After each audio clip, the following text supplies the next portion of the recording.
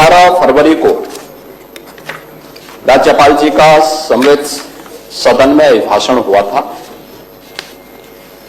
राज्यपाल एक संवैधानिक पद है और अपने संवैधानिक उत्तरदायित्वों का निर्वहन करने के लिए ही वर्ष की शुरुआत के पहले सत्र में उनके द्वारा दोनों सदनों को एक साथ संबोधित किया जाता है।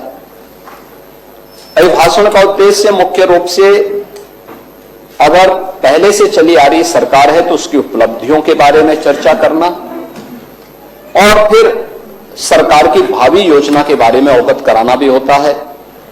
अगर नई सरकार है तो उस नई सरकार को आगे का उसका रोड मैप क्या होगा, इसके बारे में सदन को अवगत कराने के लिए ही माननीय राज्यपाल संवित सदन को संबोधित करती हैं।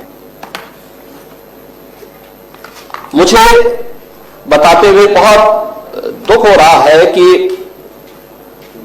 एक परिपाटी सी बन गई है कि राज्यपाल आएंगे तो उनके अभिभाषण का विरोध, आप पक्ष समर्थन करते हैं या विरोध करते हैं, उसके लिए सदन में चर्चा के दौरान आपको पर्याप्त समय मिलता है।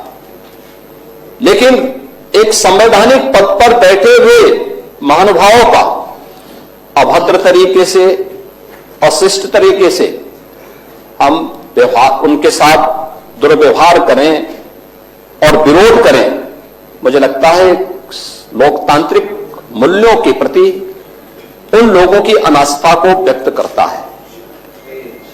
हम संवैधानिक पदों की अवमानना तो कर ही रहे हैं, साथ साथ बाबा साहब डॉक्टर भीमराव अंबेडकर के द्वारा दिए गए संविधान की भी अवमानना करने का काम कर रहे हैं। क्योंकि ये जो भी कार्य हो रहा है संवैधानिक दायरे में रह करके, संवैधानिक पक्षों को लेकर के सम्मानजनक तरीके से हम आगे बढ़ा सकें। लोकतंत्र में संवाद से लोकतंत्र चलता है। यह आवश्यक नहीं कि आप हमारी बातों से सहमत होई, या ये आवश्यक भी नहीं कि हम आपकी बातों से सहमत होई, लेकिन न मैं आपको आपकी बात बोलने से रोक सकता हूं, न आप ही मेरी बात बोलने से आप मुझे रोक सकते हैं।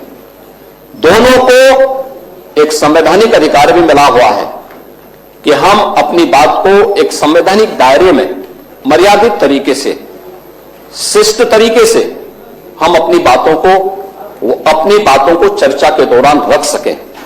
लेकिन हम लोग इस प्रकार का आचरण एक संवैधानिक पद पर बैठे हुए महानुभावों के प्रति व्यक्त करें, मुझे लगता है कहीं भी ये संवैधानिक भी नहीं है और लोकतांत्रिक भी नहीं है। तो सबसे पहले समाजवादी पार्टी जो मुख्य विपक्षी पार्टी है दोनों सदनों में, उसका जो आचरण था वह किसी भी स्थिति में लोकतांत्रिक भी नहीं था और संवैधानिक भी नहीं था। और मुझे लगता है कि पूरा सदन इन बातों से सहमत होगा।